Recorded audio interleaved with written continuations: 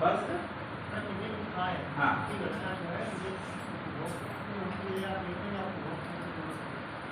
ये होती है उपभोग व्यय। हमारा जो जो हमारा प्रति व्यक्ति, अरे ये इससे अलग है, इसको मैं इससे अलग है। जो हमारी जो भारत का गरीबी का डिसीजन है वो एक्सपेंडिचर है, व्यय से डिसाइड है। अमेरिकन कॉन्सेप्ट या वेस्टर्न कॉन्सेप्ट आप देखेंगे तो वो उपभोग से, कितना ज्यादा आप उपभोग से अर्न कर रहे हैं, कितना कमा रहे हैं। ये मुझे आप क्वेश्चन दिखा दीजिएगा तो मैं उसको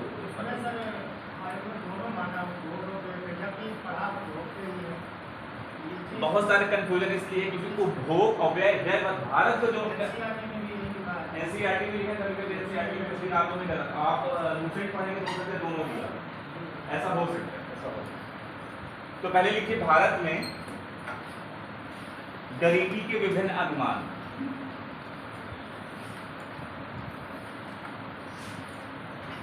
भारत में गरीबी के विभिन्न अनुमान, ये हेडिंग है, और उसके नीचे लिखिए आजादी के पहले, स्वतंत्रता के पहले 1967-68 में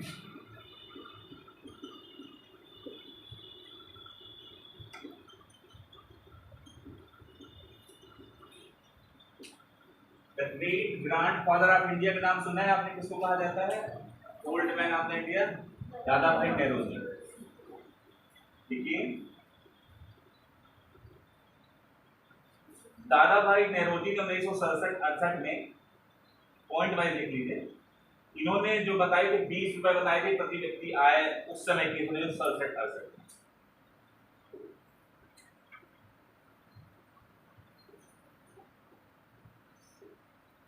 उसी में जोड़ दीजिए गरीबी की जगह जीवन निर्वाह आधारित गरीबी रेखा शब्द का प्रयोग किया।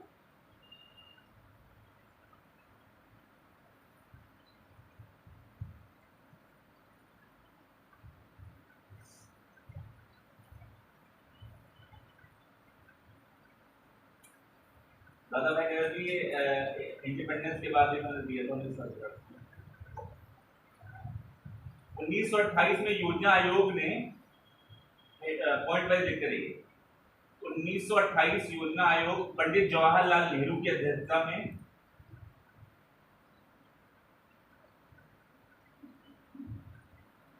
योजना आयोग ने पंडित नेहरू की अध्यक्षता में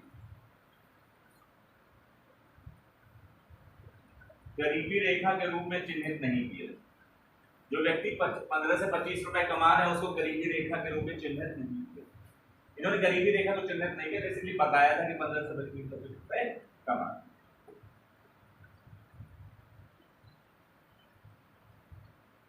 आजादी के बाद जो कमिटीज आई हैं उसको लिखते जाइए वन बाय वन ताकि आपको याद रहे। पहली लिखिए प्लानिंग कमीशन की आई थी 1962 में। प्लानिंग कमीशन ये योजना आयोग लिख सकते हैं। इसके मेंबर थे D.R. गडगिल, अशोक मेहता,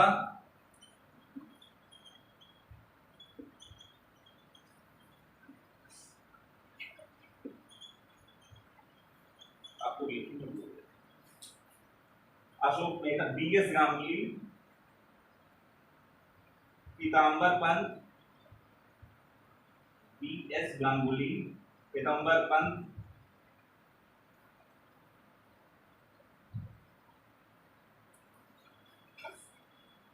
V.K.R.V. राव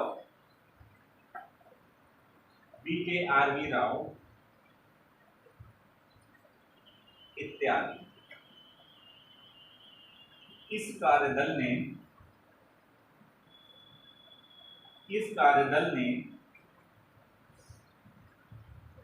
1960-61 मूल्य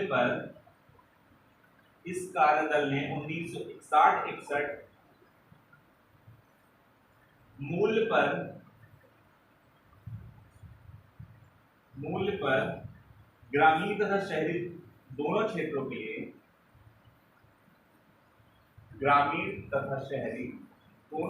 के लिए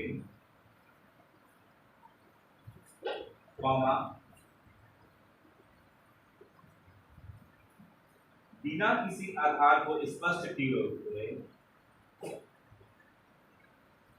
बिना किसी आधार को स्पष्ट किए हुए,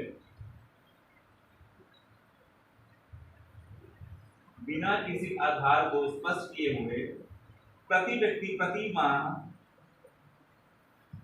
प्रति व्यक्ति प्रति माह 20 रुपए, प्रति व्यक्ति प्रति माह 20 रुपए वांछित न्यूनतम उपभोग व्यय का सुझाव दिया। 20 रुपए वांछित न्यूनतम उपभोग व्यय का सुझाव दिया। हेडिंग आप लिख लीजिए बेटा, प्लानिंग कमीशन 1962 में जो कमेटी, आज का जो हेडिंग है मैं उसको बताऊंगा, उसके बारे में एक्सप्लेनेशन दूंगा, जो भारत में गरीबी की विभिन्न समितियां बनी हैं उसके बारे में। अभी मैं सी रंगराजन लिखाऊंगा आपको,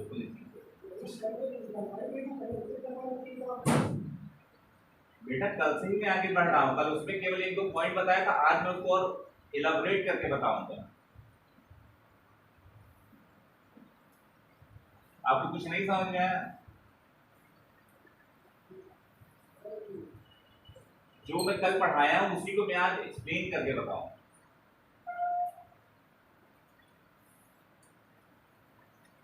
जो 1962 की कमेटी बनी थी, इन्होंने जो कमेटी बनाई, इन्होंने अपने मन से ये तय कर दिया कि जो भारतीय गरीबी रेखा है 20 रुपए अपने आने चाहिए, बिना किसी मर्जी के, अपनी मर्जी से। इस कमेटी की बहुत आलोचना कि आप ये कैसे तय कर सकते हैं कि भारत में 20 रुपए से कम जो व्यक्ति कमा रहा है, प्रति व्यक्ति है लोगों को 20 रुपए से कम हो जाएगी, तब उसको माने। इसकी बहुत आलोचना। तो इसके प्लेस पर इस कमेटी के रिप्लेसमेंट के तौर पर दूसरी कमेटी आई, जिसको हम लोग बोलते हैं वाई.एम. दांडेकर। दूसरी लाइन लिखिए, दूसरी हेडिंग लिखिए, वाई.एम. दांडेकर एवं एच.एन. रथ 1971 में आई। वाई.एम. दांडेकर एवं एन.एच. रथ, एन मतलब होता है नीलकंठ, एच रथ, 1971 में।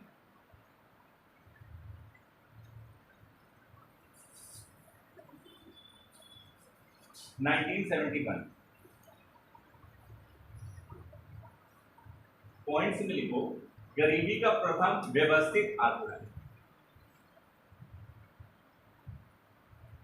गरीबी का प्रथम व्यवस्थित आकलन।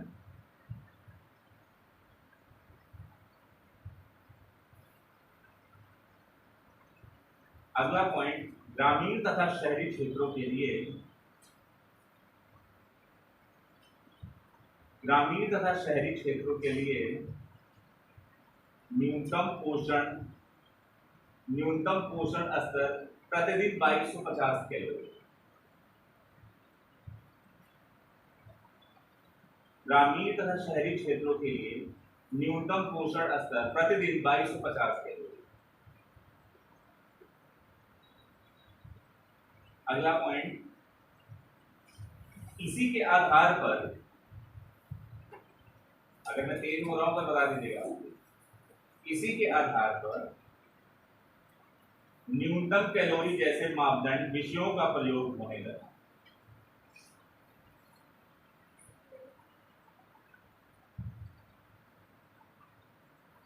इसी के आधार पर न्यूनतम कैलोरी जैसे मापदंड विषयों का प्रयोग होने लगा। इन्होंने सबसे पहले गरीबी का एकदम व्यवस्थित आकलन किया और इन्होंने कहा कि जो व्यक्ति 2250, दोनों चाहे वो रूरल एरिया की हो चाहे वो शहर क्षेत्र की हो, इन्होंने कहा कि जो व्यक्ति 2250 कैलोरी से नीचे प्राप्त कर रहा है इसका मतलब वो गरीब, 2250 कैलोरी से ऊपर प्राप्त कर रहा है इसका मतलब वो अमीर। इसी कमेटी को रिप्लेस करके तीसरी लिखिए, वाई के अलग कमेटी 1979।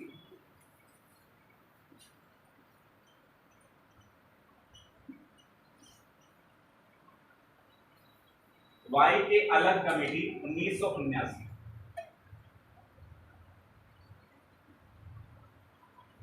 गरीबी से रिलेटेड जितनी कमेटियां हैं हम वन बाई वन पढ़ेंगे। फिर गरीबी के कारण जानेंगे और उसके सोल्यूशन क्या सरकार ने किए, कौन कौन से स्कीम लॉन्च की, वो उसके बारे में। लेकिन इन्होंने इन्होंने गरीबी रेखा के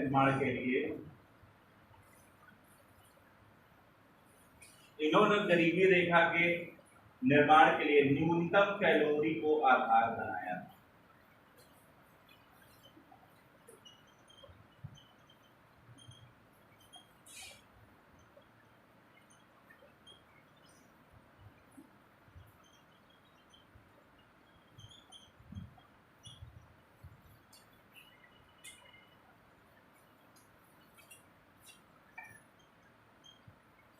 इसका मतलब ये है रूरल एरिया, ग्रामीण क्षेत्र,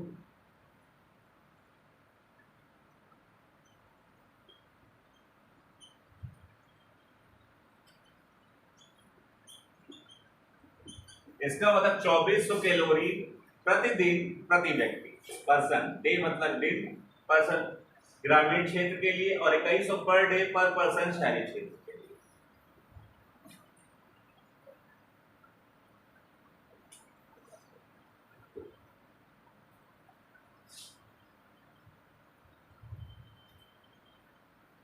कभी कभी तमाम कमेटी दे देता है और बोलता है इसको क्रोनोलॉजिकल ऑर्डर में सेट करें कि कौन सी पहले आएगी कौन सी बाद में, इसलिए मैं ऑर्डर से ही लिखा।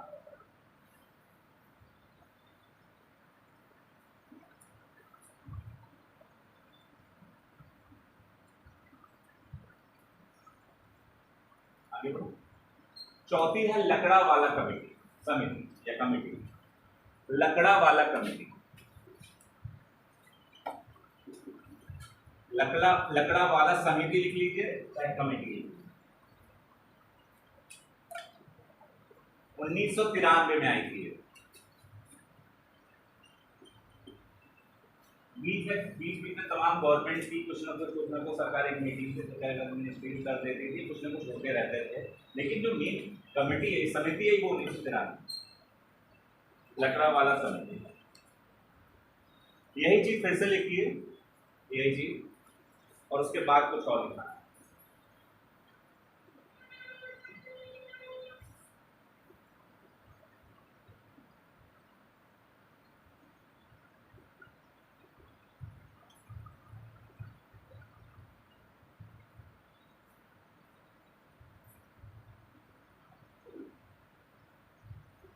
ये लिखिए,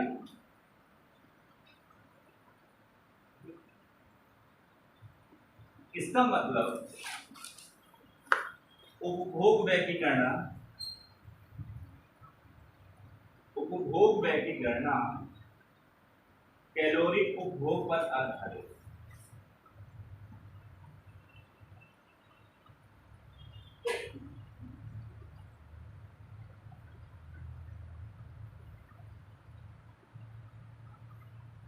इसका मतलब उपभोग व्यय की गणना कैलोरी उपभोग पर आधारित।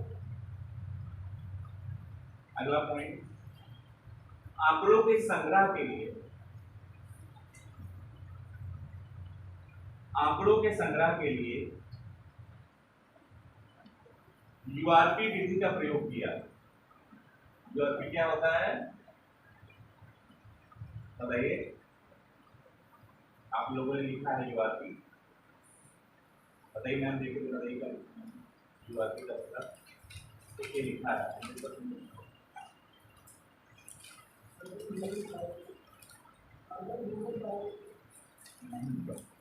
लिमिटेड ऐसे करके मैंने बोला था,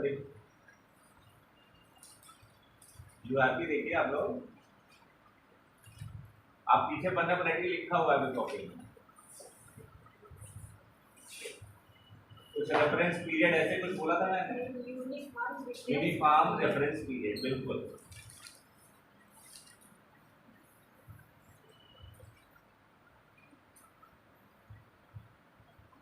इस समिति ने, अगला पॉइंट, इस समिति ने राष्ट्र विशिष्ट गरीबी रेखा की संतुष्टि की। इस समिति ने राष्ट्र विशिष्ट गरीबी रेखा की संस्तुति की। कैसे बोलूं? इस समिति ने राष्ट्र विशिष्ट गरीबी रेखा की संतुष्टि की। इन्होंने दो बातें बताई, एक सीपीआई, एक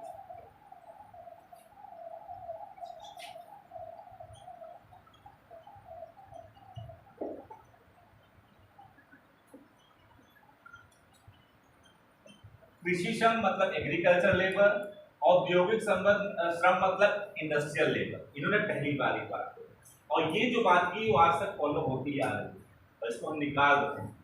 हम ये बताते हैं कि औद्योगिक इंडस्ट्रियल लेबर यानी कि और जो औद्योगिक संपत्ति कितना है और कृषि संपत्ति कितना है, ये आज तक फॉलो होता है। जब भी कोई कमेटी रिकमेंडेशन देती है, जो उसकी अच्छी बातें हैं वो हमेशा लागू होंगे। जैसे प्लानिंग कमीशन बना, ये 2015 तक लागू रहा, सरकार को उसमें कुछ कमियां नजर आई, इसलिए उसको बदल के उन्होंने कहा कि नहीं, हम स्टेट को और इन्वॉल्व करना चाहते हैं, इसलिए उन्होंने कहा कि हम इसको चेंज करना चाहेंगे। कल को नीति आयोग में उनको कुछ कमियां समझ में आएंगी तो नीति आयोग को बदले कोई दूसरा आयोग आएगा। उसी तरीके से ये जो मैं सीरियल वाइज बता रहा हूँ, इसका मतलब ये है कि सब जो जो जो नए आते गए उनको पुराने में कुछ कमी नजर आती गई और वो चेंजेस करते गए।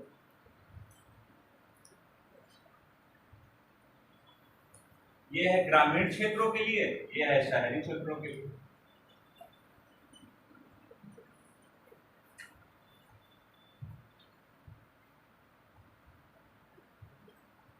लकड़ावाला समिति के लकड़ावाला समिति के सिफारिशों के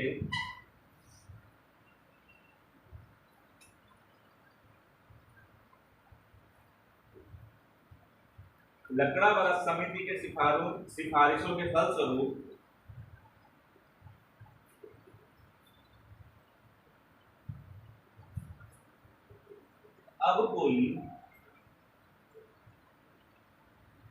अब कोई विशिष्ट या निर्धारित निर्धनता रेखा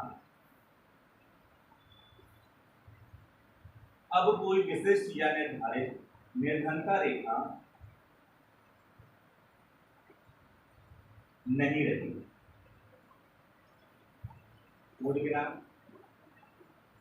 लकड़ावाला समिति के सिफारिशों के फलस्वरूप अब कोई विशिष्ट या निर्धारित निर्धनता रेखा यूनिक वर्टिलाइन नहीं रहेगी, बल्कि इसके स्थान पर राज्य विशिष्ट निर्धनता रेखाएं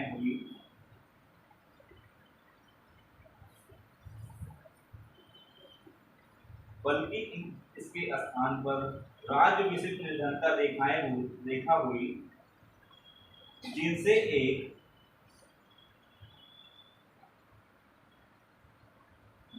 एक अखिल भारतीय निर्धनता रेखा का निर्माण किया जा सके,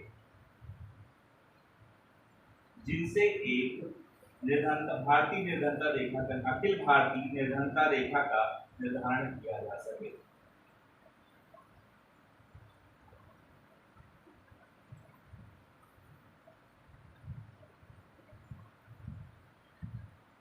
अखिल भारतीय निर्धनता रेखा का निर्धारण किया जा सके। इसका मतलब ये था कि लकड़ावाला कमेटी ने ये डिसाइड किया कि हम ग्रामीण क्षेत्र जो औद्योगिक श्रम है, जिसको आप इंडस्ट्रियल लेबर कहते हैं, जो कृषि श्रम है, जो एग्रीकल्चर लेबर, अगर हम उसके लिए अलग अलग दोनों की निकाल पाए ये ज़्यादा अच्छा होगा। क्योंकि शहरी और ग्रामीण दोनों का जीवन स्तर भी अलग है, उनके कमाई के साधन अलग है, उनके खर्च करने के तरीके अलग हैं। हमारा व्यय कैसे डिसाइड होता है? हमारी इनकम पे डिसाइड होता है। हम जितना कमाएंगे उस हिसाब से खर्च करेंगे। एक ग्रामीण व्यक्ति क्योंकि उसका मैक्सिमम जो वो खेतों से उगाता है, हो सकता है हमारी जो इकोनॉमी है, जो अर्थव्यवस्था है, आप इस तरीके से भी देखिए कि हम बहुत गांव के क्षेत्रों में बहुत सारी चीजें ऐसे ट्रांजैक्शन ये करते हैं जिसका मॉनेटरी वैल्यू नहीं होता। मेरे पास अगर दूध है तो मैं कोशिश क्या करता हूँ, भाई फला हमको गेहूँ दे दो, धान दे दो, इसके बदले हमको दूध दे दो। लेकिन अगर एक दुकान पे दूध खरीदने जाते या गेहूँ खरीदने जाते तो उसके बदले उनको पैसे देने पड़ते, और जब हम पैसे देंगे तो वो ट्रांजेक्शन काउंट होगा नेशनल इनकम काउंट। तो जो पैरेलल इकोनॉमी, जो हमारी रूरल इकोनॉमी है, कुछ हद तक ऐसे चलती है कि हम आपस में ही ट्रांजेक्शन कर लेते हैं, उससे पैसे इन्वॉल्व नहीं होंगे। आपके पास कोई फसल हो गई जिसको आप बोलते थे पहले बार्टर इकोनॉमी, बस कोई मिनिमम पर डाल स्टॉक, क्योंकि उसका मॉनेटरी ट्रांजेक्शन नहीं है और ना आप उसको आप दिखा पाए। लेकिन ये कि हमारे पास जो चीज़ें हैं बहुत ज़्यादा मात्रा में, हम उसको बदल देते हैं। इससे दूर भी, क्योंकि मनी ने क्या किया, बार्टर इकोनॉमी के प्रॉब्लम को दूर किया। तो जो कुछ ट्रांजैक्शन ऐसे होते हैं, तो ग्रामीण क्षेत्रों में उन्होंने कहा कि दोनों का जो रहने का स्टैंडर्ड ऑफ लिविंग का जो तरीके अलग है, इसमें दोनों को अलग अलग निकालना। ठीक है, अगली समिति आई,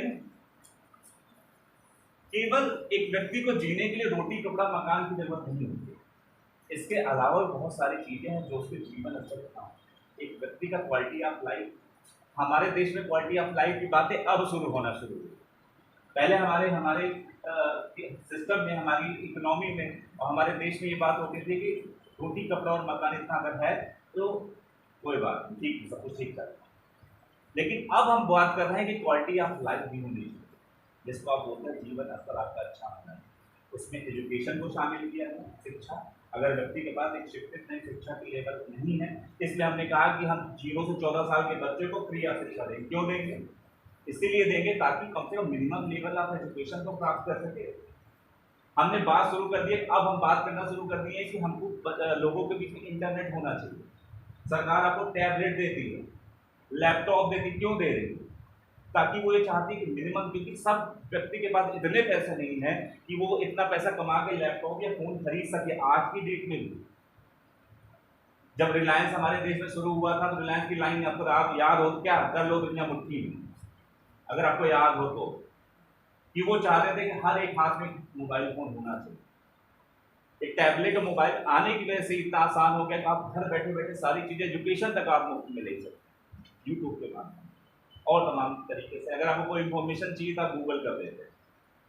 तो इंफॉर्मेशन का एक्सेस हमको आसान भी बना। ये इंफॉर्मेशन आने की वजह से, जिसको बोलते हैं आप टेक्नोलॉजिकल रिवोल्यूशन, क्रांति आई। जो अगर आज से 10 से 15 साल पहले अगर याद हो तो जो मोबाइल का डेटा आता था 259 रुपए का 1 GB आता था, और हम लोग कैसे चलाते थे, उसको देखते थे, कुछ देख के तुरंत उसका डेटा ऑफ कर देते थे कि 1 महीने चलाना है, खत्म नहीं होगा। आज आपको 2 GB 3 GB पर दिन मिलती है, लेकिन वो कम पड़ जाता है। लेकिन आपके पास बैठे बैठे सारी इंफॉर्मेशन। तो टेक्नोलॉजिकल जो औद्योगिक क्रांति हुई है, इससे लोगों की डिमांड भी बढ़ना शुरू हो गई। आपने कभी सोचा होगा कि आप पैकेट बंद बोतल खरीदे? जब पानी बेचने का आइडिया आया तो उसका बहुत मजाक हुआ, हर में कौन बोतल पानी खरीदे। लेकिन आज हम 20 रुपए देकर पानी की बोतल को खरीदते हैं और खुशी से खरीदते हैं। हमको नल का पानी दिख जाएगा, हम नहीं पिएंगे, लेकिन हमको ये विश्वास है कि बिस्लेरी, एक्वाफिना या रेल नीर जो भी है ये सही हो, तो हम पानी भी खरीदें। आपने कभी नहीं सोचा होगा कि हम ऑनलाइन ग्रोसरी शॉपिंग करेंगे, हम ऑनलाइन कपड़े सब कुछ खरीद रहे हैं। क्यों? ये तो उपभोग जो हमारे पास पैसा है, हम उपभोग कैसे करें? तो आने वाली जो जनरेशन है कितना बदल दे, और इस चीज का इम्पैक्ट आने वाली जो निर्धनता रेखा डिसाइड होगी जो उसमें होगा कि लोगों के पास इंटरनेट का एक्सेस है कि नहीं। आज नहीं तो कल जरूर होगा कि एक व्यक्ति को मिनिमम लेवल पे इतना इंटरनेट मिलना चाहिए। इसलिए सरकार ने क्या कहा, रेलवे स्टेशनों पर आपको वाईफाई आधा घंटे चलाने के लिए मिलता है। आप किसी स्टेशन पर जाओ तो अच्छे स्टेशन पर जाओ, ठीक है। अगली लिखिए, गरीबी का हेडिंग के रूप में लिखिए, गरीबी का बहुआयामी दृष्टिकोण, सुरेश तेंदुलकर कमेटी 2009।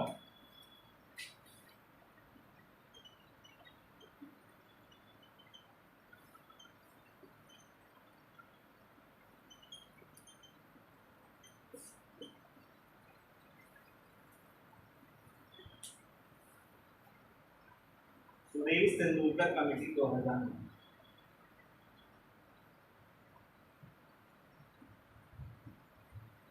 सुरेश तेंदुलकर समिति या कमिटी, कमिटी इंग्लिश में, समिति हिंदी में।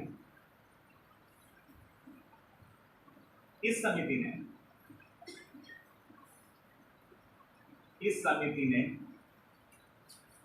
NSSO, जो आज के टाइम में NSO है, इस समिति ने NSO या NSSO द्वारा संकलित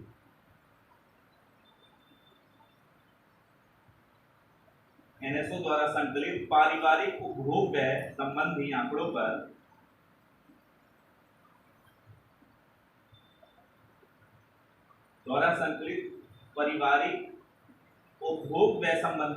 पर आधारित है।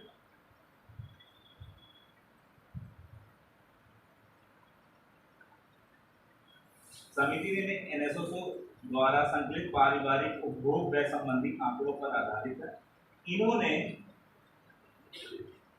उन चरों को लिया जो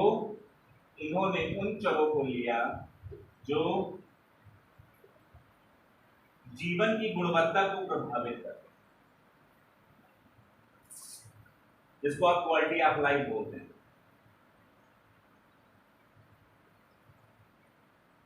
इन चरों को लिया जो जीवन की गुणवत्ता यानी क्वालिटी ऑफ लाइफ को प्रभावित करते हैं।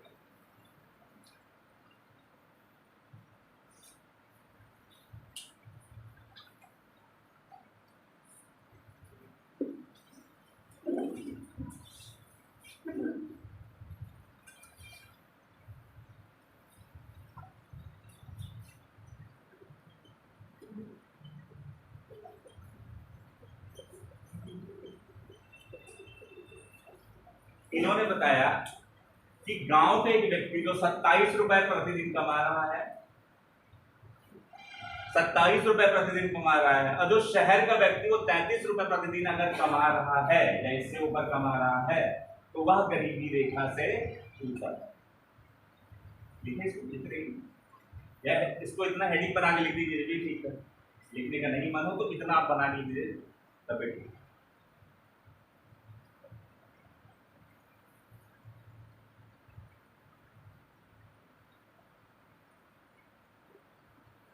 इस समिति के अनुसार, पॉइंट में लिखेगा, इस समिति के अनुसार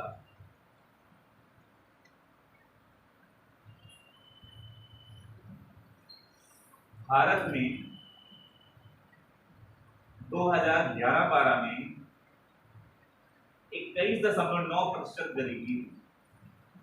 इस समिति के अनुसार भारत में 2011-12 में 21.9% गरीबी। इन्होंने ये बताया कि 2011-12 में 21.9% का मतलब ये हो कि 2011-12 में जितनी जनसंख्या थी उसका आप 21.9% निकालेंगे तो जितनी जनसंख्या आएगी वो गरीबी रेखा के नीचे। अगला हेडिंग पे पॉइंट बुलेट लिख लीजिए। इन्होंने एमआरपी पद्धति का प्रयोग किया। एमआरपी का क्या नाम है पूरा? मिक्स्ड नहीं, वो एमआरपी नहीं, ये है मिक्स्ड रेफरेंस पीरियड। इसके पहले मैंने जो पढ़ाया था उसमें एमआरपी है क्या वो मैं उसके बारे में लिखा था। मिक्स्ड रेफरेंस पीरियड के बाद इन्होंने एमआरपी पद्धति का प्रयोग किया या उपयोग किया।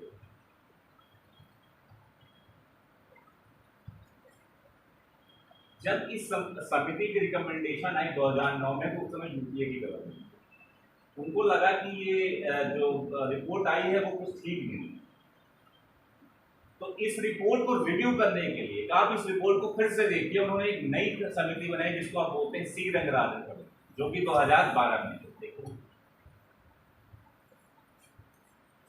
इस समिति को रिव्यू करने के लिए भारत सरकार ने एक नई कमेटी का निर्माण किया जिसको आप बोलते हैं रंगराजन, सी रंगराजन। इन्होंने बताया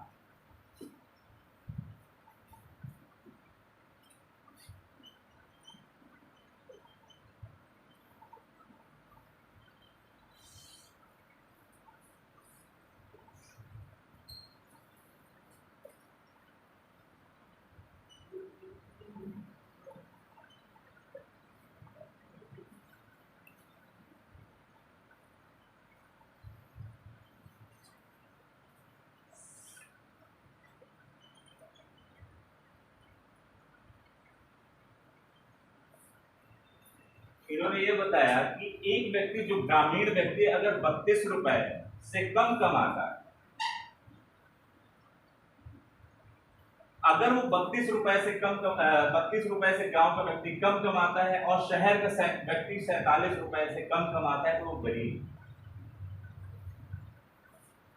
इनकी जो रंगराजन समिति उन्होंने ये कहा कि क्या ये बताइए कि जो व्यक्ति जो सुरेश तेंदुलकर की जो रिकमेंडेशन थी कि ये बताइए कि अगर 27 रुपए एक व्यक्ति कम कमा रहा है तो 27 रुपए 20 पैसे कमा रहा है तो क्या वो व्यक्ति अमीर हो जाएगा? और एक व्यक्ति जो 26 रुपए 90 पैसे कमा रहा है क्या वो गरीब हो जाएगा?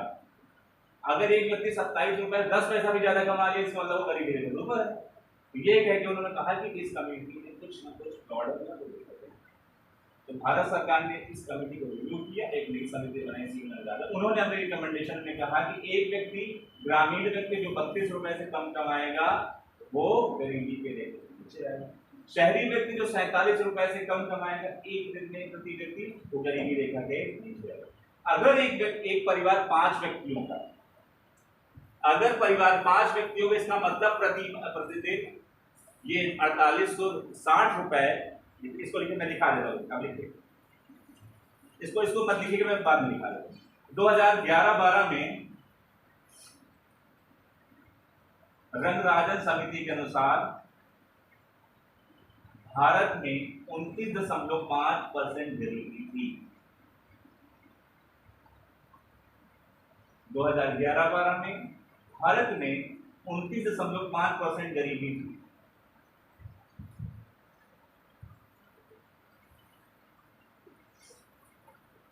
इन्होंने बुलेट में लिखे, पॉइंट में लिखेगा, इन्होंने MMRP पद्धति का प्रयोग किया जिसको बोलते हैं modified mixed reference period.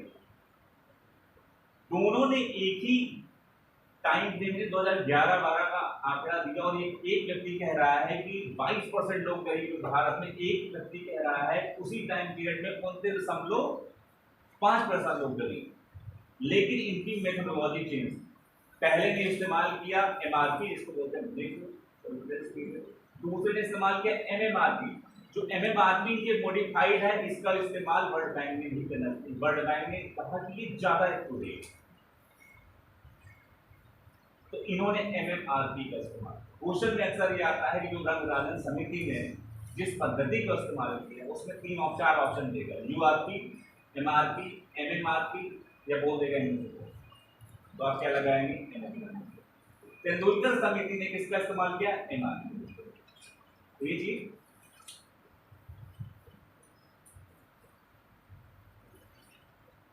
Rangarajan समिति ने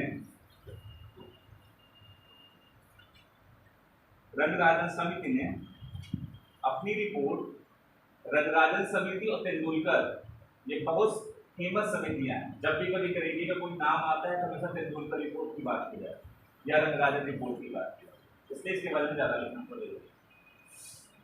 रंगराजन समिति ने अपनी रिपोर्ट जून 2014 में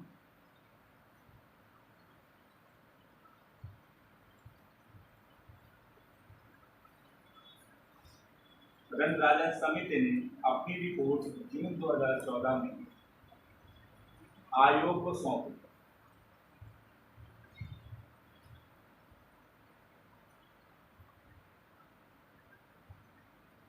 समिति ने अखिल भारतीय स्तर पर, इस समिति ने अखिल भारतीय स्तर पर ग्रामीण क्षेत्र के लिए 972, ग्रामीण क्षेत्र के लिए 972 एवं शहरी क्षेत्रों के लिए 1407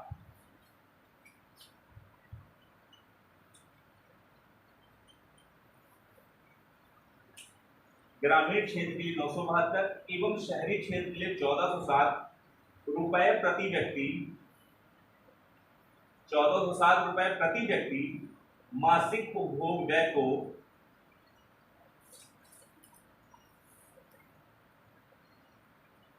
एवं शहरी क्षेत्र के लिए 1407 रुपए प्रति व्यक्ति मासिक उपभोग व्यय को गरीबी रेखा के रूप में परिभाषित, प्रति व्यक्ति मासिक उपभोग व्यय को गरीबी रेखा के रूप में परिभाषित।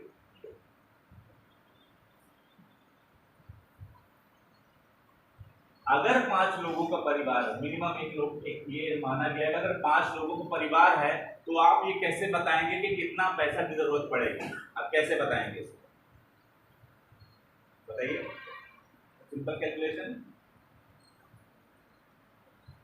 972 को 5 से गुणा कर देंगे तो आ जाएगा। ये तो एक व्यक्ति के लिए डिसाइड किया गया। अगर हमने ये माना उस समिति का 5 व्यक्ति को परिवार है तो इसका मतलब एक व्यक्ति को महीने में 5 उस परिवार को 4860 रुपए से कम कमा रहा है तब वो गरीब है, 4860 रुपए से ऊपर कमा रहा है तो वो अमीर नहीं, गरीबी रेखा से ऊपर है, अमीर नहीं, गरीबी रेखा से ऊपर। इसी के बेसिस पर बीपीएल और एपीएल कार्ड बनेंगे।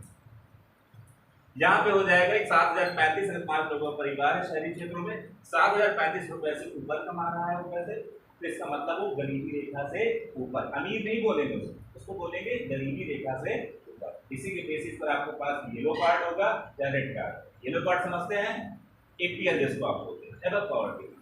बीपीएल जो रेड कार्ड होता है एनपीओ कार्ड। अगला पॉइंट लिखिए, इन दोनों कमेटियों में बीच में कुछ अंतर जो थे उसके बारे में लिख लीजिए। तेंदुलकर समिति ने अंतर क्या थे? तेंदुलकर समिति ने राज्य स्तर पर तेंदुलकर समिति ने राज्य स्तर पर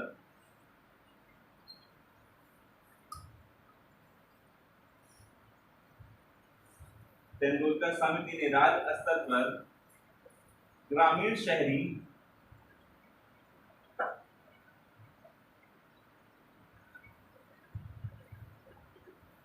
तेंदुलकर समिति ने राज्य स्तर पर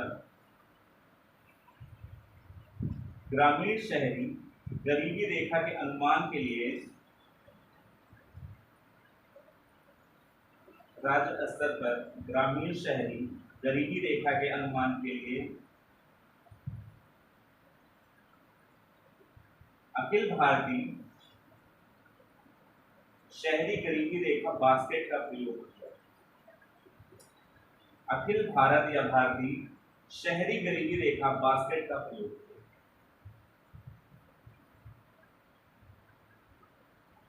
अखिल भारतीय शहरी गरीबी रेखा बास्केट का प्रयोग किया। पूर्णविराम।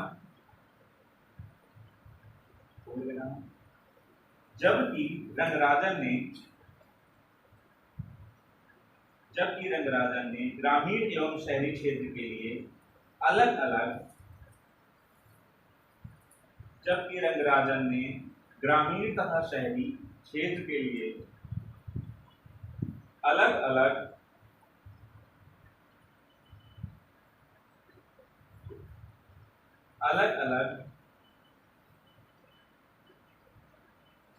भारतीय गरीबी बास्केट को लिया।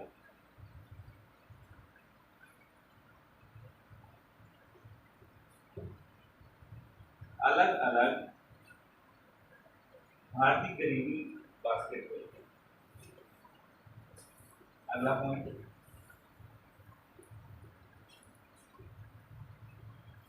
तेंदुलकर समिति ने 1979 से चले आ रहा है। तेंदुलकर समिति ने 1979 से चले आ रहे तेंदुलकर समिति ने 1979 से चले आ रहे कैलोरी मानक को नहीं लिया।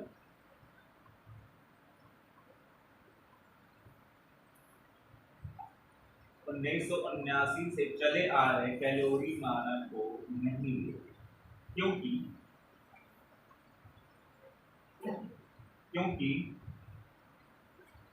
उन्होंने उपभोग किए गए खाद्य तथा उससे प्राप्त पोषण के बीच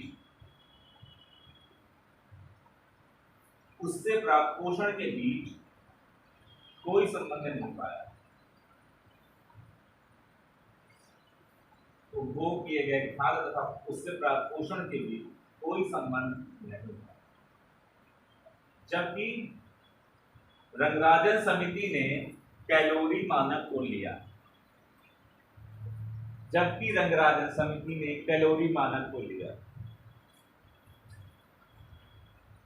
इसका मतलब ये है कि जो 1979 इक्वालिटी कमेटी ने जो कैलोरी मानक को लिया, तो उन्होंने भी बताया कि कैलोरी लेना जरूरी है, हम कैलोरी के बेस पे कैलकुलेट करेंगे। सी रंगराजन ने ये बात की, लेकिन कैलोरी कमेटी ने बोला इसका कोई रिलेशन नहीं है, जो आप खाद्य पदार्थ पा रहे हैं उससे पोषण से ऐसा कोई रिलेशन है नहीं। लेकिन इसका मतलब ये नहीं कि पुरानी कमेटी खराब हो जाती है या गलत हो जाती है। हर एक कमेटी जो बनी उसमें कुछ ना कुछ कमियां थी, इसलिए भारत सरकार समय समय पर गरीबी की रेखा को जो रिव्यू करती है, वो जानना चाहती है कि क्योंकि समय बढ़ने के साथ साथ इन्फ्लेशन भी बढ़ता है, लोगों की आवश्यकताओं की पूर्ति के साथ तमाम तरीके की डिमांड और जनरेट होने लगती है, तो क्या उन आवश्यकताओं की पूर्ति को कर पा रहे हैं कि नहीं? आज से 40 साल, आज से 50 साल पहले हमारे लिए केवल 3 डिमांड थी, रोटी, कपड़ा और मकान, हमारा घर पेट चल रहा है, दैट्स इट। आज के समय में इन परिभाषाओं को पूरी तरीके से बदल दिया गया। ये रोटी, कपड़ा, मकान और साथ ही साथ जो आपके स्टैंडर्ड ऑफ लिविंग, जिसको आप बोलते हैं क्वालिटी ऑफ लाइफ, आपके देश में बोलते हैं कि बस जीवन निर्वाह चल जा रहा है, लेकिन अगर आप विदेशों कॉन्सेप्ट जाएंगे, यूरोपियन या वेस्टर्न कॉन्सेप्ट में जाएंगे, तो वो ये बात करते हैं कि क्वालिटी ऑफ लाइफ जी रहे हैं, वो हमारी लाइफ को बहुत निम्न दर्जे का मानते हैं। वो ऐसे अगर वो आपसे पूछते हैं कि आप लोग खाना क्या खाते हैं, तो आप बताएंगे हम सुबह खाना खा लेते हैं, दोपहर को लंच कर लेते हैं, शाम को डिनर ले लेते हैं। तो आपसे एक क्वेश्चन पूछ देंगे कि आप लोग फल नहीं खाते, तो आप बोलेंगे हम फल खाते हैं, कभी भी फल खा लेते हैं। या आप बोलेंगे फल, अगर उनके आपके नॉर्मल डाइट में फल नहीं, तो वो सोचते हैं कि आपको कुछ खा ही नहीं है। अब वो उनके लिए टाइम है फल का कि आप फल खा रहे, इसके साथ ये खा। जबकि हमारे गांव के क्षेत्रों में आप देखिए कि लोग सुबह 7 बजे ही खाना खा लेते हैं। हमारे यहाँ ब्रेकफास्ट का कल्चर नहीं, जिसको आप नाश्ता बोलते हैं। नाश्ता का मतलब है छोटा सा मील जो आपका पेट को नॉर्मली भर, वहां पर खाने का सिस्टम शुरू होता है 12 से, जिसको बोलते हैं लंच। और हमारे यहाँ ग्रामीण क्षेत्रों में ये ब्रेकफास्ट का कंसेप्ट अब शुरू होगा। शहरी क्षेत्रों में इसका प्रभाव बढ़ रहा है। मेट्रो सिटी में ब्रेकफास्ट बहुत तेजी से आ गया, जिसको आप सलाद बोलते हैं उसको हम सैलेड बोलते हैं। तो धीरे धीरे करके अब आप ब्रेकफास्ट कल्चर हमारे देश में लागू हो। जो यूके है, जिसको आप यूनाइटेड किंगडम इंग्लैंड बोलते हैं, वो लोग अपने ब्रेकफास्ट में ब्रेड लेना पसंद करते हैं। और हमारे कल्चर में ब्रेड को सबसे बीमार उसको दिया जाता है जो अभी बीमार है, बीमारों का खाना बोला जाता है। क्योंकि हम वेस्टर्न कल्चर से इतने प्रभावित हैं कि हम वो सारी चीजें करना चाहते हैं, क्योंकि उन्होंने एक मानक तय कर दिया कि जो हम करना है। क्योंकि जब अंग्रेज हमारे देश में शासन करने आए, तो वो ये बोल के नहीं कि हम आपको हुक्म करेंगे, उन्होंने कहा कि हम यहाँ के लोगों को सिविलाइज बनाएंगे। सिविलाइज मतलब समझ रहे हैं कि यहाँ के लोगों को कोई तमीज नहीं, ये जानवर है। तभी उन्होंने कहा ये सपेरों का देश है, इसमें जानवर का देश, हम इनको सिविलाइज बनाएंगे, इनको तरीके बताएंगे, तुमको खाना कैसे, तुमको कपड़े कैसे पहनना। हमारा कल्चर तो धोती कुर्ता कल्चर था, महिलाएं साड़ी पहनती थी। लेकिन उन्होंने कहा कि नहीं, आप सिविलाइज नहीं, हम आपको सिविलाइज बनाने आए हैं। और यही सिविलाइज कह गया कि उन्होंने पूरी दुनिया का राज किया। चाहे आप अफ्रीका ले लीजिए, अफ्रीकन कॉन्टिनेंट में ले लीजिए, चाहे इंडियन कॉन्टिनेंट में ले लीजिए, उन्होंने सब पे राज किया, केवल इस बात को बोल के कि हम आपको सिविलाइज बनाने हैं। और जब ये देश छोड़ के जा रहे थे, तो उस समय प्रधानमंत्री के थे, जब भारत में अकाल पड़ा था, बंगाल का अकाल पड़ा था, तो उन्होंने ये कहा कि पर्याप्त अनाज था हमारे पास, लेकिन उन्होंने नहीं दिया। बोले हम छोड़ के जा तो रहे हैं, ये चला नहीं पाएंगे अपने देश। जाने से पहले उन्होंने भारत और पाकिस्तान को विभाजन करा के, वो चाहते तो नहीं। एक आदमी की डिमांड, जिन्ना की डिमांड पर उन्होंने पाकिस्तान को बनाया कि हाँ ये लड़ते रहेंगे दिया, और ये कभी नहीं संभाल पाया। जब भारत ने ब्रिटिश इकोनॉमी को क्रॉस किया, $1 ट्रिलियन, हम 5वीं सबसे बड़ी अर्थव्यवस्था ब्रिटेन को पछाड़ के लगे, तब ये क्वेश्चन फिर से उठना शुरू हुआ कि जब चर्चिल ने कहा था कि कुछ नहीं कर पाएंगे। और आज हम ऐसे, हालांकि आप कंपेयर करें तो हम ब्रिटिश से भी बहुत पीछे हैं। क्यों? क्योंकि ब्रिटिश की जनसंख्या कितनी है और हमारी जनसंख्या 140 करोड़। तो आप इतने बड़े देश के अगर एक छोटे से देश को क्रॉस कर रहे हैं तो बहुत बड़ी अचीवमेंट नहीं, लेकिन फिर भी अपनी संतुष्टि के लिए एक अचीवमेंट है कि हमने उनकी इकोनॉमी को सरपास किया। जिन्होंने हम पे हुक्म किया, कहने के मतलब जिन्होंने हम पे राज किया, हमने उनको क्रॉस करके हम उनको आगे बढ़े, ये हमारे लिए अचीवमेंट है। लेकिन जो हमारा रेट है, जो सक्सेस रेट है, जो हमने क्रॉस किया, हमने बहुत समय, हम 75 साल के। लेकिन कहते ना किसी मकान को बनता है तो उसकी नींव सबसे जरूरी है। एक बार नींव बन गई तो मकान ऊपर खड़ा करने में समय नहीं लगता। तो वही है कि हमारी नींव लगभग तैयार हो रही है, अब हमारे जो इकोनॉमी की रफ्तार वो तेजी से बढ़ेगी। तो तो अगला पॉइंट लिखिए इसी में, जहां कहीं आपको नहीं समझ में आएगा पूछ लेंगे। रंगराजन समिति के अनुसार,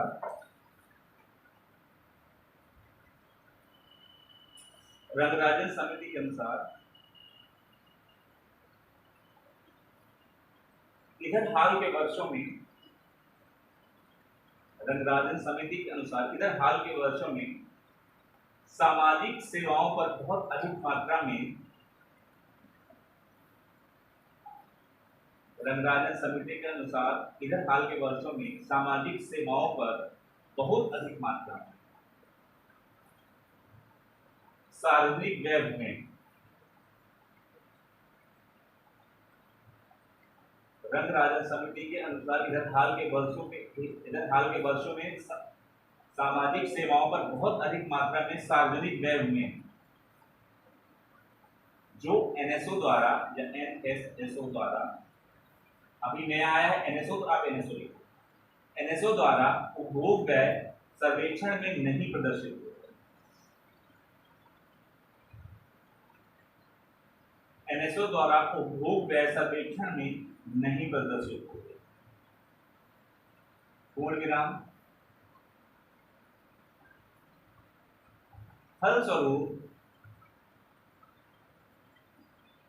फलस्वरूप इससे गरीबी रेखा का सही चित्रण नहीं होगा।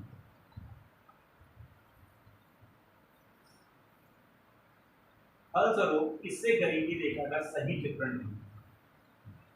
सामाजिक व्यय का मतलब होता है इसीलिए, फलस्वरूप इससे गरीबी रेखा का सही चित्रण नहीं होगा।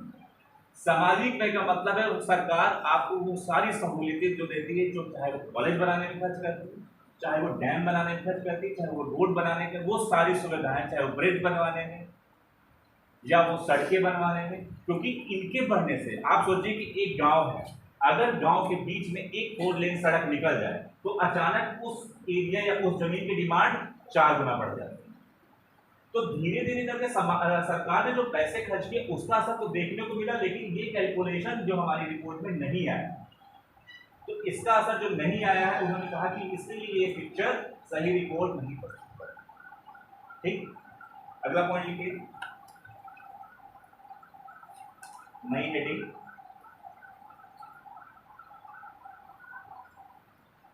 स्टार के रूप में लिखिएगा, ग्रामीण गरीबी तथा सक्सेना कमेटी 2009।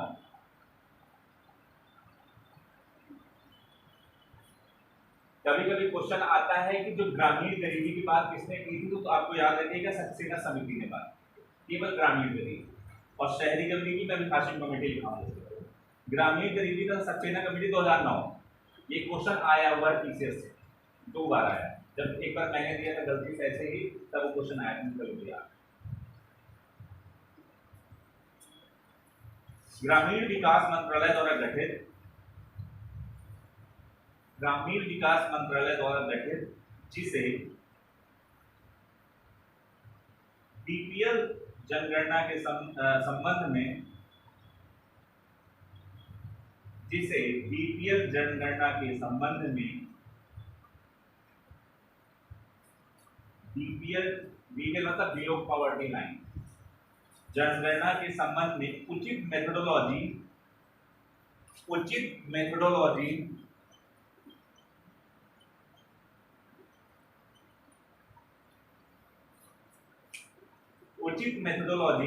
के संबंध में राय देने के लिए कहा गया था, के संबंध में उचित मेथोडोलॉजी के संबंध में राय देने के लिए कहा गया था,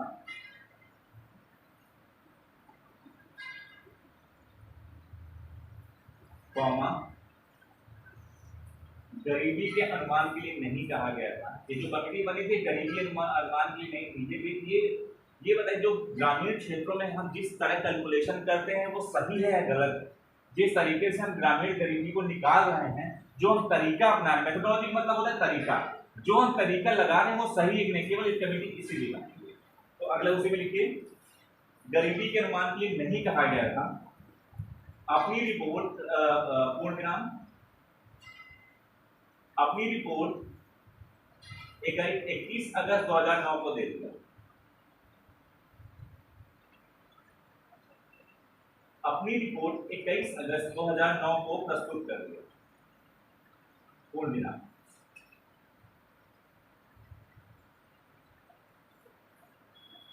अपनी रिपोर्ट 21 अगस्त 2009 को प्रस्तुत कर दिया। पूर्ण विराम। यह सुझाव दिया कि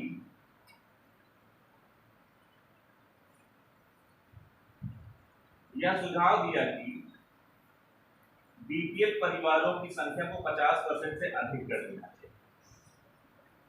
यह सुझाव दिया कि बीपीएल परिवारों की संख्या 50% से अधिक कर देना चाहिए।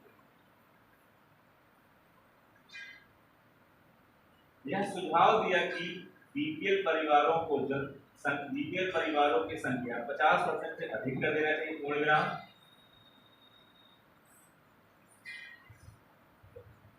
सामाजिक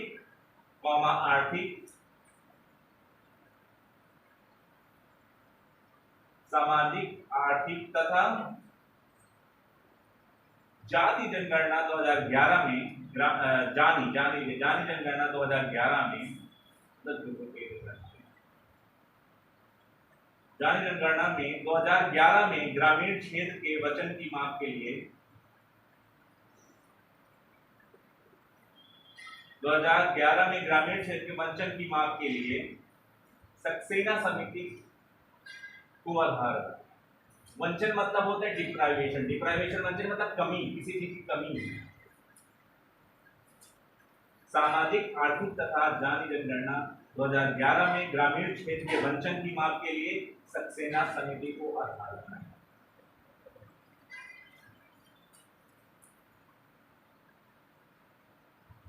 अगला एक स्टार बनाएंगे।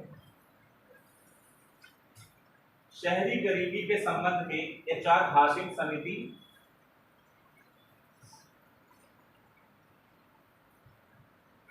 शहरी क्षेत्रों के संबंध में एचआर हाशिम समिति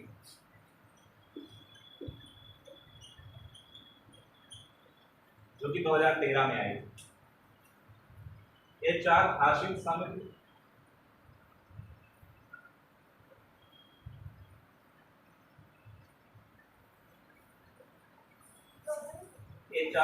समिति ने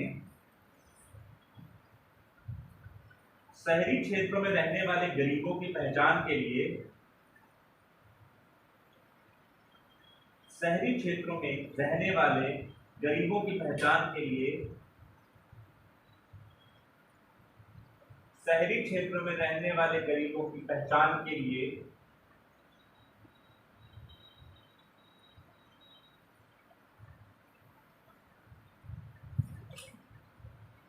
विशेष रूप से फूड सिक्योरिटी एक्ट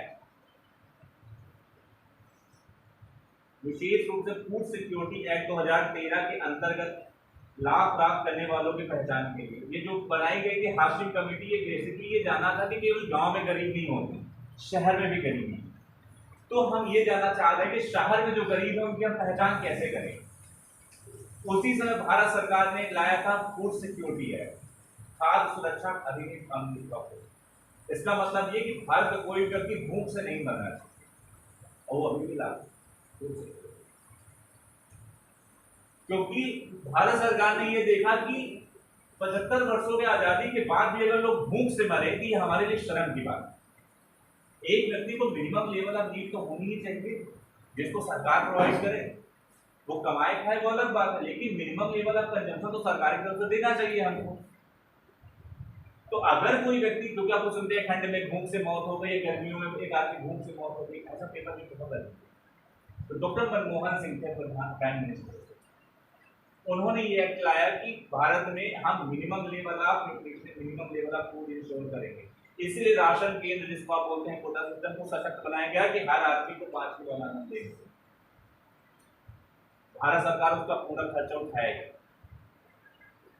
क्योंकि सभी लोग इतने कैपेबल नहीं है कि वो अपने लिए खाने का अरेंजमेंट कर सकें। विशेष रूप में जो बूढ़े हो चुके, जो दिव्यांग हैं, लेकिन जो है जिनके पास नौकरी नहीं है, जो गांव में है, रह के काम गुजर बसर कर रहे हैं, उनके लिए मिनिमम लेवल ऑफ कंजम्पशन यानी को भोग होना चाहिए।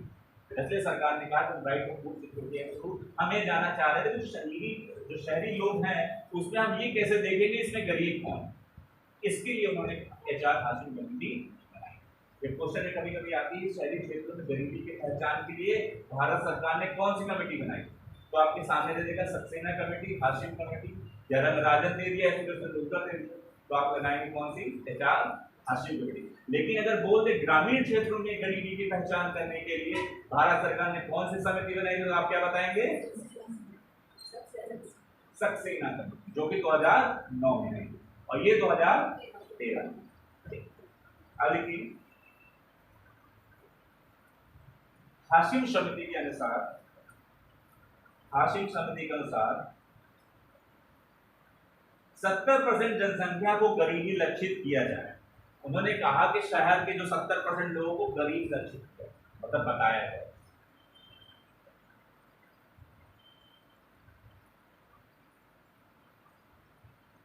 हाशिम समिति के अनुसार 70% जनसंख्या को गरीबी लक्षित किया जाए।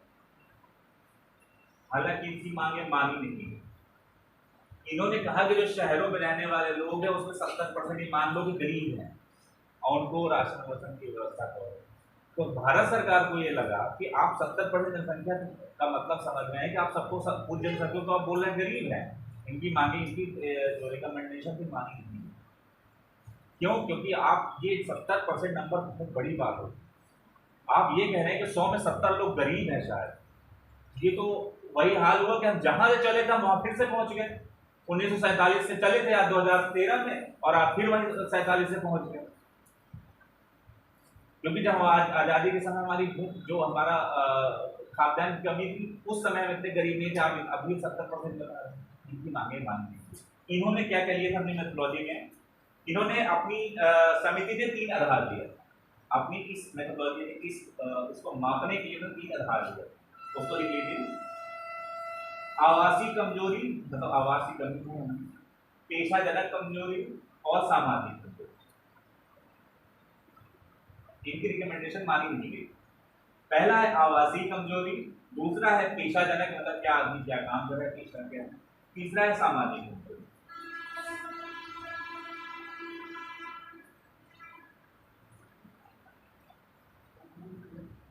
क्या हो गया, भारत सरकार ने, अगला पॉइंट लिखिए, भारत सरकार ने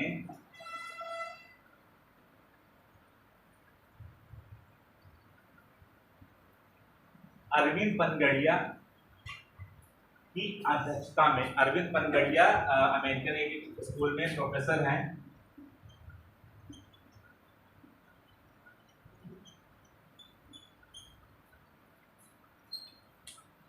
अरविंद पनगड़िया की अध्यक्षता में 2016 में एक गरीबी की रिव्यू के लिए एक समिति गठित। इस समिति ने कोई निष्कर्ष नहीं दे पाए, जब तक ये निष्कर्ष देते ये वापस अपने कॉलेज स्कूल चले गए कि वापस पढ़ाने चले गए। क्योंकि वो अमेरिकन कॉलेज ने कहा कि आप यहाँ के जब कोई व्यक्ति किसी विशिष्ट पद पे जाता है, प्रोफेसर बन के जाता है, तो उन्होंने कहा कि आप वापस आइए।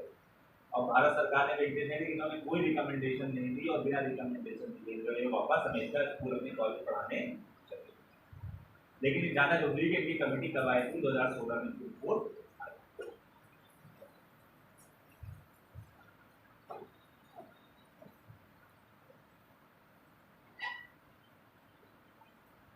अगला लिखिए, प्रोफेसर अभिजीत बनर्जी का गरीबी निवारण प्रायोगिक कार्यक्रम। Professor Abhijit Banerjee Presidency University Kolkata से पढ़े हुए हैं, जेएनयू से उन्होंने एमए किया।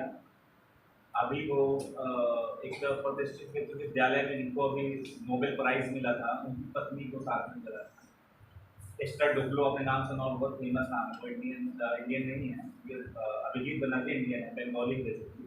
देखिए कि इन्होंने प्रोफेसर अभिजीत बनर्जी का गरीबी निवारण का प्रायोगिक कार्यक्रम,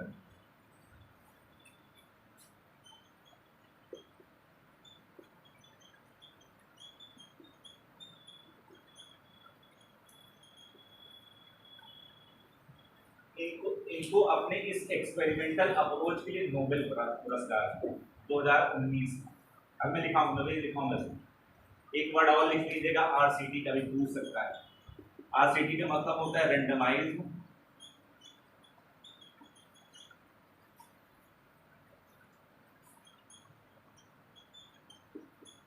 इसका मतलब मैं बता देता हूँ, आप लोग लिखिए क्या बता 2000, इसको जब मैं बोलूंगा तब लिखिएगा।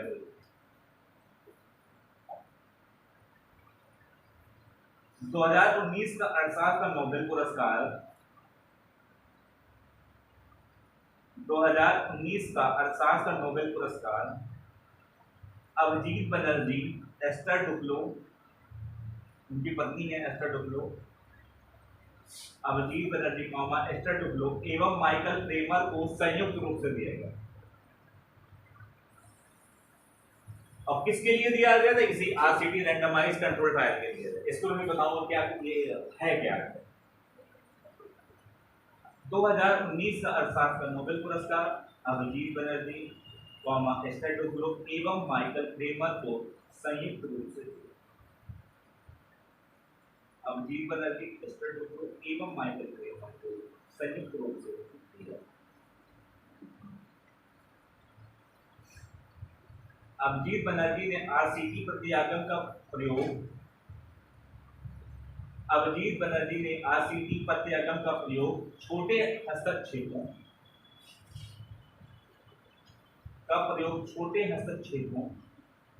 एवं व्यक्तिगत व्यवहारों पर पड़ने वाले अभिजीत बनर्जी ने आरसीटी प्रत्यागम का प्रयोग छोटे हस्तक्षेपों एवं व्यक्तिगत व्यवहारों पर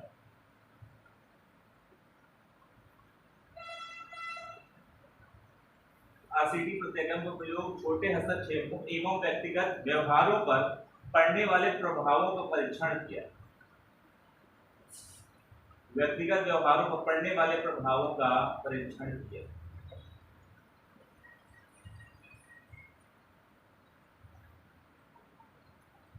आगे बढ़ो। पूर्ण विराम। इन अर्थशास्त्रियों ने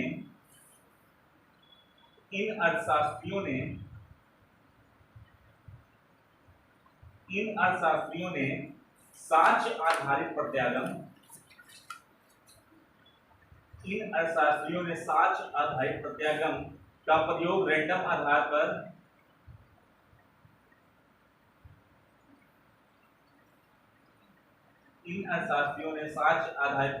का प्रयोग रैंडम आधार पर लोगों को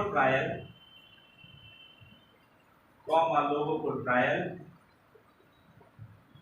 तथा उसके परिणाम के आधार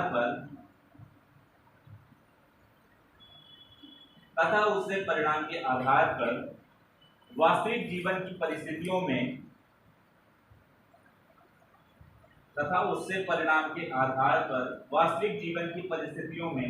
सिद्धांतों के लिए प्रयोग।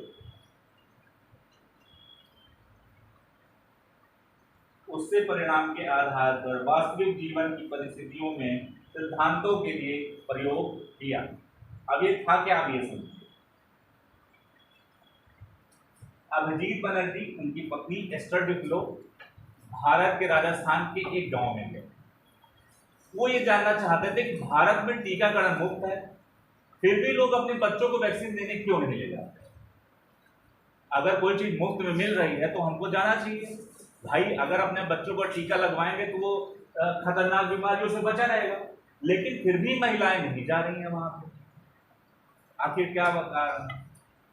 तो उन्होंने ये पाया कि महिलाएं इसलिए नहीं जा रही हैं क्योंकि उतना समय जितना समय वो जाने में लगाएंगे, इसके बदले में वो कुछ और काम कर लेंगे या किसी और काम में कहीं मजदूरी करेंगे, उतना पैसे कमा लेंगे। तो उन्होंने कहा कि जो भी टीकाकरण कराने आएगा उसके साथ हम एक दाल का बैग मुफ्त देंगे, कि जो व्यक्ति आएगा यहाँ टीकाकरण कराने आएगा उसको एक दाल का पैकेट मुफ्त में दिया जाएगा। इसका असर ये देखने को मिला कि अब महिलाएं लगातार उनकी जनसंख्या बढ़ गई। लोग टीकाकरण के बहाने, दाल लेने के बहाने वो उनकी भीड़ इकट्ठा तेजी से बढ़ गई। और जबकि अब अगर आप देखें, ये इसी को बोलते हैं कि रेंडमाइज, मतलब वो देख रहे थे कि दाल के बहाने जो जनसंख्या बढ़ी है, जो टीकाकरण की रफ्तार बढ़ी है, इससे कितना, और इसको नोट कर रहे हैं। और वो बाकायदा उनके पास प्रश्नोत्तरी होती, कभी आपने कभी उनके पास प्रश्नोत्तरी होती, आप क्यों आए तो बताती थी आंसर पैकेट। और अगर आंगनबाड़ी का कॉन्सेप्ट देखें, मेरी माता आंगनबाड़ी में रहे, जिसमें बता देता हूँ कि जब गोद भराई कार्यक्रम होता है उसमें सेब दिया जाता है, केला दिया जाता है, दलिया दिया जाता है, तेल दिया जाता है, ताकि इसलिए दिया जाता है ताकि वो इसी बहाने कम से कम आए। तो नहीं तो पहले जब उनको बुलाना पड़ता था तो एक आदमी जाती थी आंगनबाड़ी जो होती सेकंड, वो जाती थी पूरे गांव में चिल्ला के आती थी, कोई नहीं आता था। लेकिन चूंकि ये सब चीजें कार्यक्रम रहता है, बकायदा उसका फोटो होता है, तो इससे उनकी जनसंख्या बढ़ गई। क्योंकि भारत सरकार के हमने हमने इसको अमिताभ पोलियो को कैसे हराया, हमने 2000 में ही अपने देश को पोलियो मुक्त कर दिया। अभी भी बच्चों को, छोटे छोटे बच्चों को तमाम वैक्सीनेशन ना मिलने का तमाम खतरनाक बीमारियां हो रही है। भारत को टीबी को समाप्त करना है, जो बच्चों को हम बीसीजी वैक्सीनेशन करते हैं उसको ऐसा करना है कि 100% वैक्सीनेशन। तो हम इसीलिए उसके में कुछ ना कुछ उनको लागत देते हैं। यही ट्रायल को अभिजीत बनर्जी और अष्टदत्त ने किया, इसी एक्सपेरिमेंटल अप्रोच के लिए उनको नोबेल पुरस्कार मिला। कि अगर हम दे, और उन्होंने साथ साथ में ये बताया, ये कोशिश करने की कि लोग जो है, बच्चे जो हैं, फ्री का मिड डे मील मिल रहा है तभी लोग आ क्यों नहीं रहे, कुछ ना कुछ इसमें और चीजें बढ़ाई। तो इसी एक्सपेरिमेंटल अप्रोच के कारण उनको नोबेल पुरस्कार मिला। पॉवर्टी एलिविएशन मतलब होता है गरीबी को खत्म करने के लिए जो इन्होंने एक्सपेरिमेंटल अप्रोच किया, उसके लिए इनको विश्व जो नोबेल संस्था ने इनको नोबेल पुरस्कार से सम्मानित। अगला एक चार्ट और बना लीजिए आप लोग, कभी कब मेंस लिखने को काम आएगा तो मैं बताऊंगा कि ह्यूमन कैपिटल फॉर्मेशन में एक चार्ट बना लीजिए। मुझे चार्ट बहुत अच्छा लगा कि आपको बताना चाहिए, तो इस चार्ट का इस्तेमाल आप कर सकते हैं। कभी कभी आपको अगर मेंस लिखने का मौका मिला तो आप इसको जरूर इस्तेमाल करिएगा, और ये कई चीजों में फिट बैठ जाएगा।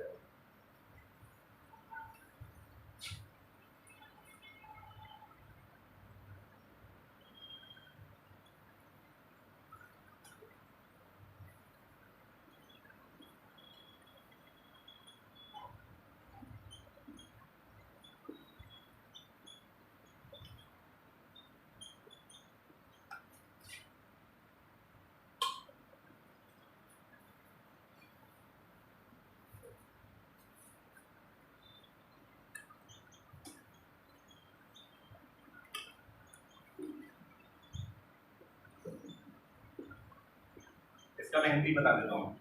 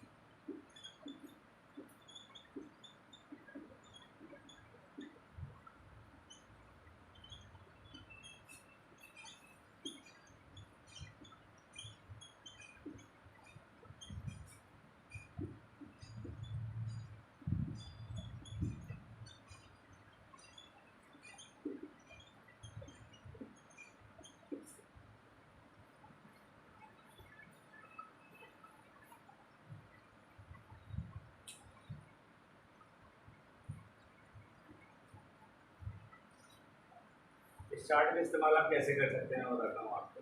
एजुकेशन मतलब शिक्षा, हेल्थ मतलब स्वास्थ्य, ट्रेनिंग मतलब ट्रेनिंग लिखो, या टेक्निकल एजुकेशन मतलब ये कि टेक्निकल को बोलते हैं औद्योगिक और प्रोफेशनल जो शिक्षा होती है, व्यावसायिक शिक्षा। अगर आपको मानव पूंजी निर्माण यानी कि कैपिटल फॉर्मेशन करना है तो आपको इन चीजों में निवेश करना होगा, शिक्षा, हेल्थ, ट्रेनिंग, एजुकेशन। इसका रिजल्ट क्या होगा कि आपके प्रोडक्टिविटी में वृद्धि होगी, श्रम की आय वृद्धि होगी, जो व्यक्ति श्रम करके कमा रहे हैं उनमें वृद्धि होगी, उत्पादन इकाई के लाभ और प्रॉफिटेबिलिटी वृद्धि होगी, और साथ ही साथ गवर्नमेंट का जो रेवेन्यू होगा। इसका इस्तेमाल आप कभी भी, जब कभी आपको कुछ निबंध लिखने को आ रहे या कभी किसी भी मीटिंग इस्तेमाल कर सकते हैं, क्योंकि ये साथ किसी आप सेमेस्टर एग्जाम में दे सकते हैं कि ह्यूमन कैपिटल मतलब मानव पूंजी निर्माण में क्या कहती है जरूरी, अगर ये फिगर बना दें तो आपको नंबर मिलने लगेगा। यूपीएससी का आपने कॉपियां अगर देखी नहीं देखी, मैं आपको बता दूं कि ये सब लोग कोशिश करते हैं जो आंसर फ्रेम करते हैं वो चार्ट के माध्यम से, क्योंकि वो बता देते हैं कि भाई इस आंसर को 2 शब्दों में लिखो। अब आपके पास नॉलेज बहुत सारा है, ऐसा नहीं कि अगर मैं आपको दे दिया जाता आप सारे लोग 2 शब्द लिखो, लेकिन कुछ लोग ऐसे हैं कि 2 शब्दों में अंदर 3 चार्ट बना देंगे, कि चार्ट के माध्यम से बता देंगे। और कोई भी इंसान, जैसे कि हम लोग भी कॉपी चेक करने जाते हैं तो अगर हमको चार्ट मिल जाता है तो हम बड़े इंप्रेस होते हैं। इसका मतलब ये, क्योंकि चार्ट का मतलब होता है कि इतनी बड़ी इंफॉर्मेशन को मैंने बहुत छोटे से बता दिया। ये अपना अलग एजुकेशन अलग चीज है, हेल्थ अलग है। इस चार्ट के माध्यम से जो एक बार देखे तो समझ गया कि ये आदमी कितना गया। ठीक है, ये चार्ट बन गया। और लिखा दो थोड़ा सा, चलो थोड़ा सा और बचा है आज के लिए। लिख लीजिए गरीबी के दुष्परिणाम क्या होते हैं, ये सबको पता है आपको, फिर मैं लिखा देता हूँ। गरीबी के दुष्परिणाम क्या हो सकते हैं? आर्थिक समृद्धि का निम्न होना, इससे कम होगी, पॉइंट वाइज लिखेगा।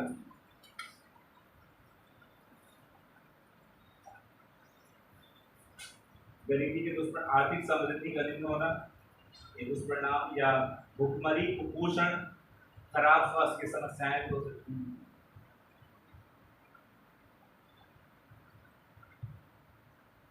इससे समाज में असमानता की वृद्धि होगी। असमानता का मतलब समझ रहे हैं, अमीर और अमीर होता जा रहा है, गरीब और गरीब होता जा रहा है। ये जनसंख्या वृद्धि में सहायक होगा, जनसंख्या वृद्धि को बहुत प्रोत्साहित करेगा। अशिक्षा हो गया, शिक्षा मतलब जो निरक्षरता होगी, जितना ज्यादा गरीबी बढ़ेगी उतना ज्यादा बाल श्रम भी बढ़ेगा, क्योंकि हर व्यक्ति चाहता है कि वो अधिक से अधिक पैसे कमाए, तो अपने बच्चों को भी हर अपने उस काम में लगा लेगा जिसमें वो काम करते हैं। अब पहले लोग यहाँ बच्चे भी ऐसे ज्यादा होते थे इसलिए उनको लगता था कि, जैसे कि जब मैं पॉपुलेशन की थ्योरीज पढ़ाता हूँ तो लोग बच्चे इसलिए पैदा करते हैं क्योंकि हर आदमी, एक आदमी कहता है थ्योरी में कि प्रकृति की दावत थोड़े लोगों के लिए, जो बिना बुलाए आएगा भूखा मरेगा। इनका कहने का मतलब ये है कि जो बिना अनवांटेड से जो आएंगे बच्चे, ज़्यादा जनसंख्या बढ़ेगी, अपने यहाँ भूखों मरेंगे। भूखों मरे मतलब ये अकाल आएगा, भूकंप आएगा, कुछ ना कुछ आएगा, वैसे ही बचेंगे। लेकिन दूसरा आदमी ये कहता है कि जब कोई बच्चा इस दुनिया में आता है तो अपने साथ 2 हाथ और 2 पैर लेके आता है, तो जाहिर सी बात वो कुछ ना कुछ ऐसा करेगा जिससे वो अपना पेट भर सके। तमाम थ्योरीज हैं। एक आदमी जो पॉपुलेशन को बहुत बुरा मानता, मैं माधव से नाम सुन रहा हूँ, और पॉपुलेशन को बहुत बुरा मानता, ये जो गरीब देशों में अफ्रीका, एशियन कंट्रीज में पॉपुलेशन बढ़ रही है, यही कारण, क्योंकि एशियन और अफ्रीकन पीपल कहाँ जाते हैं, उनके देश में काम करने जाते हैं, इसलिए आपको सामना करना पड़ता है कि ये एशियन, हमको क्या कहते हैं, आपको पता ही नहीं, हमको कहते हैं ब्राउन डॉग्स। ऑस्ट्रेलिया भारतीयों पर हमले होते तो क्या बोलते हैं? ब्राउन डॉग्स, तुम यहाँ के वाले हो, हमारे देश से निकल जाओ। बहुत हमले होते हैं, कितने लोगों को जान गंवा दी, क्योंकि उनका मानना है कि ये आते हैं हमारे देश में आते हैं, हमारी नौकरी खा जाते हैं। ये बात सच है। एक ऑस्ट्रेलियन पर नौकरी पर रखेंगे उतने को 3 इंडियन को नौकरी पर, तब बेहतर है 2 इंडियन रख लो हमारे, और पैसे बचते हैं। एक पॉइंट और लिख लीजिए, आत्महत्या, गरीबी बढ़े तो आत्महत्या की सिचुएशन आ जाती है। महाराष्ट्र, विदर्भ के किसानों की कहानी है, को पता है, गरीबी में किसान आत्महत्या कर देता। मैं एक ही पॉइंट लिखा रहा हूँ, ये ऐसा फ्रेम करने के लिए खबर। आपराधिक गतिविधियां बहुत तेजी से,